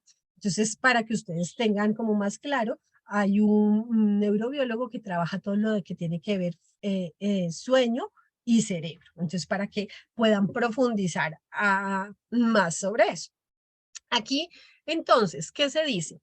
Después de que están despiertos, y ustedes saben las horas, más o menos 8 horas después de iniciado, yo requiero un momento de descanso.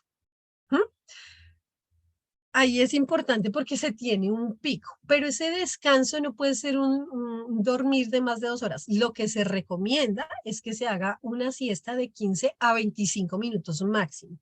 Ahí hay una recuperación física y una recuperación, pues, que me ayuda a ajustar mis niveles de energía para el resto. Esto también se trabaja en fatiga, por ejemplo, para ustedes como docentes, porque uno a veces está muy pendiente de los demás. Esto que está relacionado con los hábitos también es esencial en las personas que estamos facilitando los procesos de aprendizaje, porque si yo no he dormido bien, pues resulta que mi capacidad de percepción se disminuye, mi capacidad para poder reconocer y los tiempos de respuesta también van a ser menores. ¿Mm? Perfecto. Y bueno, y entonces una de las claves también que es importante para el desarrollo de esos hábitos es generar unas rutinas frente a actividades, estrategias, y yo recomiendo mucho el juego como elemento habitual. ¿Mm? Resulta que el juego tiene unos procesos ensoñadores y es que a mí me expone a mostrar mi habilidad sin sentir la tensión de la evaluación, porque es que yo ahí estoy como involucrado y pues cuando yo hago los talleres dice, ay, no, es que eso como es un juego, ¿sí? Pero en ese juego igual usted tiene que desarrollar habilidad motriz, de pensamiento, de percepción, de discriminación, de cálculo, lingüística, entonces ahí vamos ayudando a fortalecer esas habilidades específicas sin que se genere ese estrés y esta tensión tan alta, tan alta. ¿Por qué? Porque uno en el juego genera expectativa, genera emocionalidad, pero entonces uno puede mitigar los procesos para también empezar a mirar cómo yo aumento el nivel de dificultad en un paso a paso. En los juegos es importante manejar los procesos de estrategia ligados a la retroalimentación. Aquí vemos un juego que es el Go, está el ajedrez, ¿sí? Está, este es un ajedrez chino, está los nombres de Morris, pero está el shogi. Nosotros hacemos, por ejemplo, entrenamiento con juegos iniciales como el dobutsu, ¿sí? Como el pente, el gomoku, que les ayudan a dar esos primeros pasos para afianzar la habilidad y de esa manera generar un hábito de espacios de concentración y de desarrollo de pensamiento. ¿Listo? Entonces, ya la cuarta y última estrategia del día de hoy, la estrategia está ligada a nutrir. ¿Nutrir qué significa? Y es como yo retroalimento los procesos. Entonces, esa retroalimentación, cuando yo uso tecnología, ustedes ven que pueden haber barras de avance, barras de logros, las monedas, las no sé qué, ¿sí? Esa retroalimentación, yo necesito evidenciarla. Cuando vamos a generar metas de aprendizaje, entonces en el salón, en el área, colocar como cuáles son nuestras metas, ponemos un tablero y vamos llenando como una barra de energía, ¿sí? Y los chicos se emocionan muchísimo cuando van mirando como ese avance de esa barra de energía y vamos subiendo, ah, no, y en este bajó, uy, aquí qué fue lo que nos pasó, ¿sí? Entonces, no necesariamente siempre tiene que ir subiendo, sino que puede bajar, pero reconocer ¿Qué hizo? ¿Qué factores se involucraron y bajaron? Hacerlo visible es algo que se vuelve muy significativo para los chicos. El otro está relacionado con qué costos se está generando para mí los procesos de aprendizaje, porque a veces llegar y dicen, no, es que usted tiene que estudiar, pero no puede salir a jugar al parque, no puede ir al partido que le gusta, no puede ir a la fiesta, no puede ir a no sé qué. Entonces, ese manejo de costos-beneficios, pues resulta que van generando tensión. Y entonces hay un momento en que, pues, si yo tengo unos costos demasiado altos, pues a mí eso no me interesa, ¿sí? Si yo por esta camisa voy a pagar 1.000 millones de pesos, pues yo digo, no, o sea, no tiene razón de ser, si yo la puedo comprar en 60.000, 100.000 pesos. Entonces, el costo de las actividades que yo realizo deben ser proporcionales, pues, a algo que yo pueda manejar. Pero si a mí me quitan la vida, ¿sí? Y pues es que es muy normal que a uno, no, es que usted tiene que hacer este examen, tiene que estar en el ICFES, entonces usted ya no puede salir, pues usted tiene que dejar de salir porque se tiene que concentrar a hacer eso. Y así no funciona nuestro cerebro. Nosotros necesitamos tener como la olla express, esos pitos de salida, porque si solo lo saturamos, la olla express es maravillosa, nos llena de aire, cocina rapidísimo, pero resulta que si no tiene esos puntos de salida, pues eso se va a explotar. Y ahorita estamos viendo a muchísimos niños y jóvenes demasiado estresados. O sea, este fin de semana estaba pues en un proceso de formación comunitaria y hablaban de niños que se suicidan de 10, 11 años, cada vez pues mayor es ese índice. Y a mí me impresiona cuando yo estaba en la universidad hace muchos años, pues esos procesos de ideación suicida, de acto suicida o de suicidio, pues se daban después de los 15, 16, ¿sí? En una proporción muy pequeña en niños pequeñitos, de 7 años, 8, pero es que ya estamos viendo niños de 7 años que no soportan y dicen es que yo no soy bueno, a mí no me quieren, el proceso de bullying, el proceso del reconocimiento frente a ellos y sus capacidades y cómo los ven en la casa, como yo no quiero ser una carga para ti, papá, ¿sí? En las cartas, pues es muy triste porque esos costos que están manejando son demasiado altos. El otro componente en esta estrategia de neuroeducación está ligado al tiempo que yo invierto. Eso tiene que ser súper claro, ¿sí? Entonces, si yo soy un adulto y estoy aprendiendo, pues yo tengo que entender que para generar los aprendizajes y el dominio del tema, tengo que invertir tiempo. ¿Qué tiempos le doy? ¿En qué momento del día? Para eso el reconocimiento de los ciclos circadianos se vuelve esencial. ¿Mm? Ese proceso de autoconocimiento. Entonces, yo digo, yo soy matutina, mis hijos son vespertinos, entonces yo, pues para mí hacer actividades que me impliquen alto esfuerzo entre las 7 y las 11 de la mañana es perfecto, pero de 6 a 11 a 10 de la noche eso es caótico. Mis hijos son, digamos que, más vespertinos, entonces para ellos en la tarde, de 3 a 5, de 3 a 6, esas horas son para ellos de gran impacto para generar aprendizajes fáciles. Entonces el tiempo está relacionado con cantidad, distribución, ¿sí? Y el cuarto componente de esta estrategia es la inspiración, ¿sí? Y es con quién estoy conectado para inspirarme. Ese docente, ¿qué me dice? ¿Cómo me inspira? ¿Sí? Tener mentores es algo fascinante. Cuando alguna vez, hace como 7 años, yo estaba en unos procesos de acompañamiento de orientación vocacional y pues claro, hubo un colegio que pues como el 15% quería estudiar filosofía. Entonces, claro, cuando fuimos a indagar, pues ese profesor de filosofía que ellos tenían era un profesor fascinante que los llevaba a generar diálogo, reflexión, compromiso, les movilizaba emocionalmente y entonces pues ellos quedaron encantados y pues no era como tan común, ¿sí? En lo que nosotros estábamos encontrando habitualmente que quisieran estudiar filosofía. Entonces está muy ligado a cómo yo me inspiro y a cómo me inspira. Nosotros de docentes y de facilitadores, pues también necesitamos estas redes.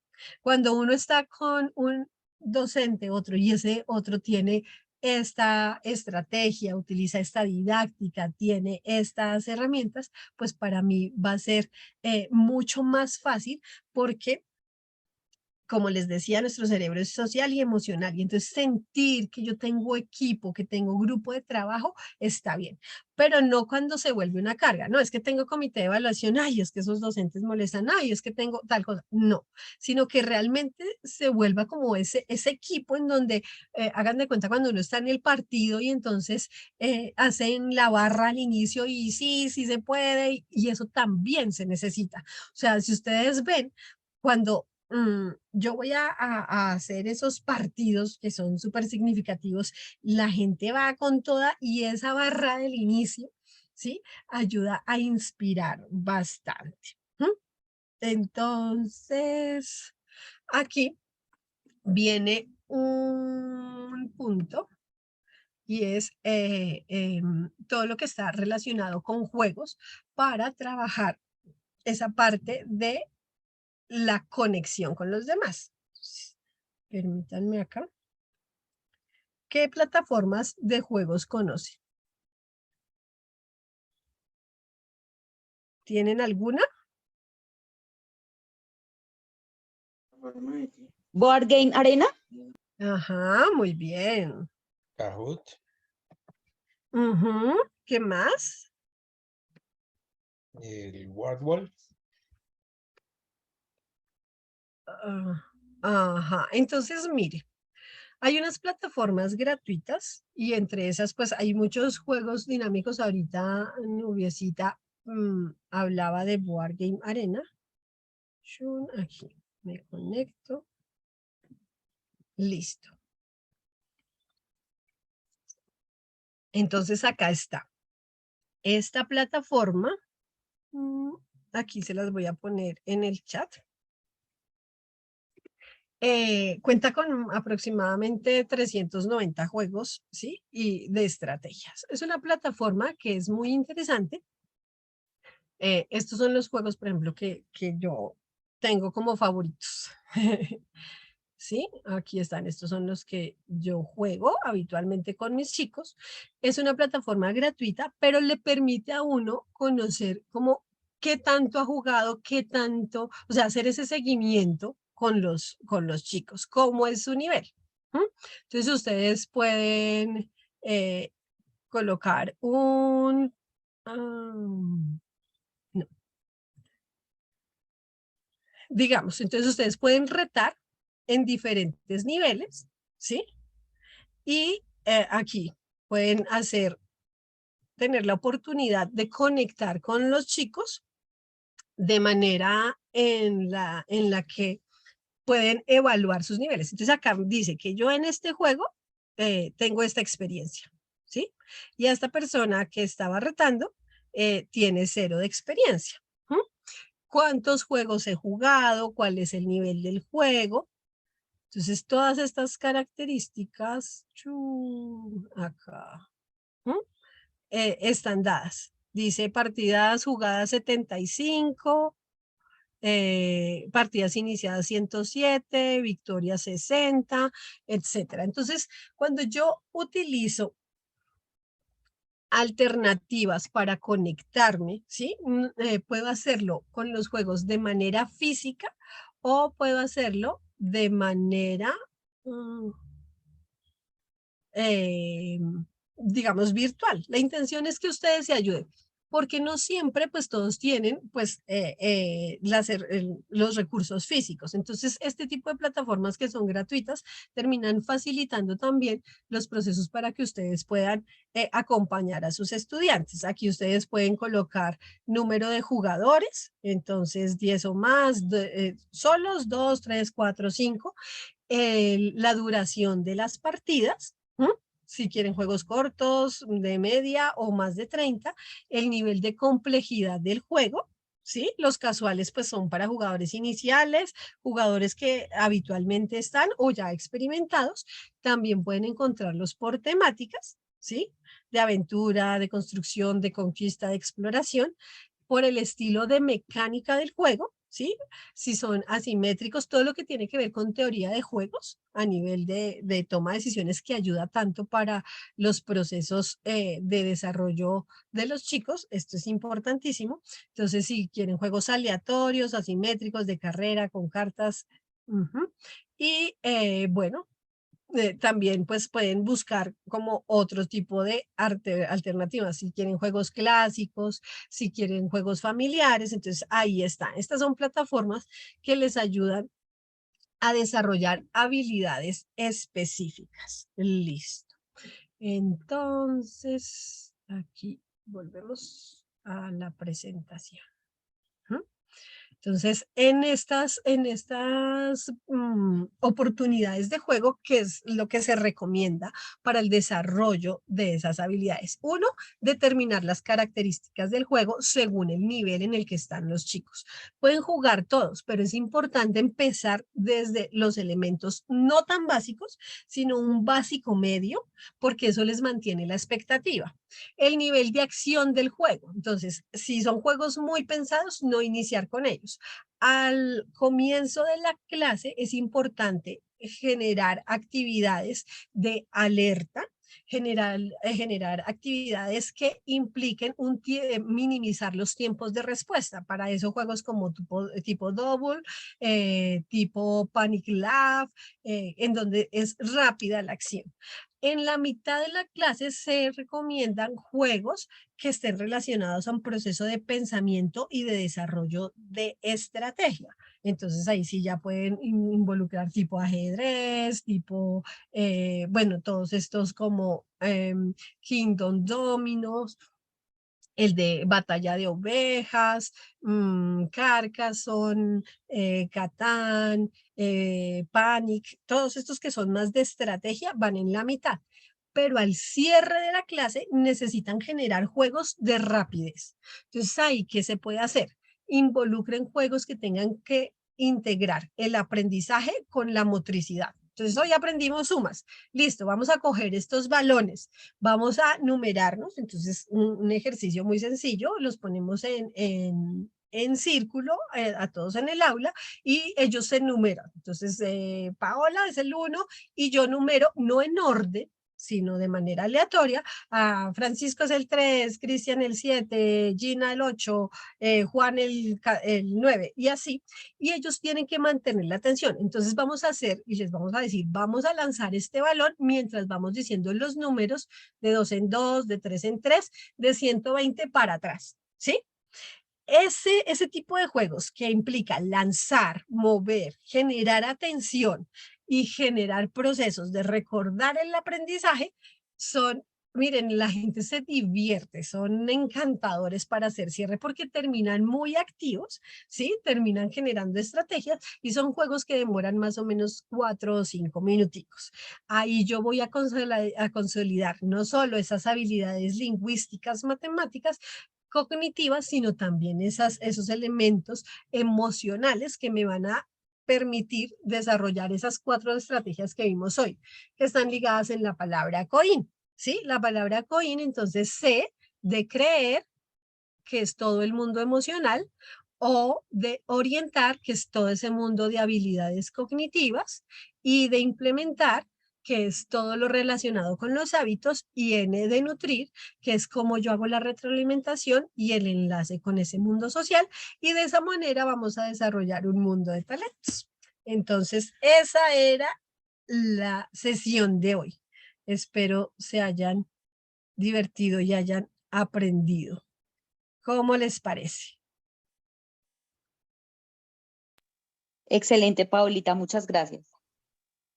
A ti, Nubiecita, por ayudarnos a construir esa casa tan fantástica en forma de cara.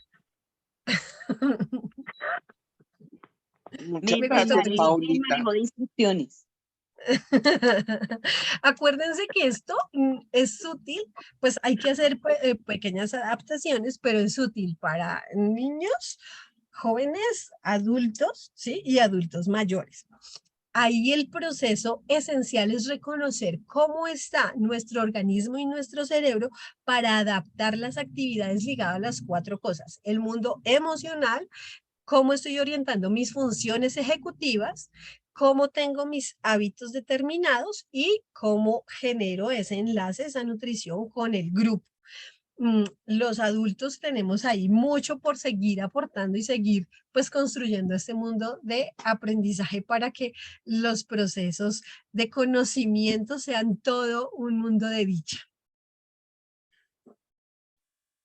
En lo que podamos seguirles sirviendo, pues muchas gracias. Esto hace parte de un regalo que tenían del 10º Encuentro Juvenil de Matemáticas con la profesora Street. Teníamos pues este regalo para ustedes y para mí ha sido una bonita oportunidad que les agradezco el poder contar con ustedes.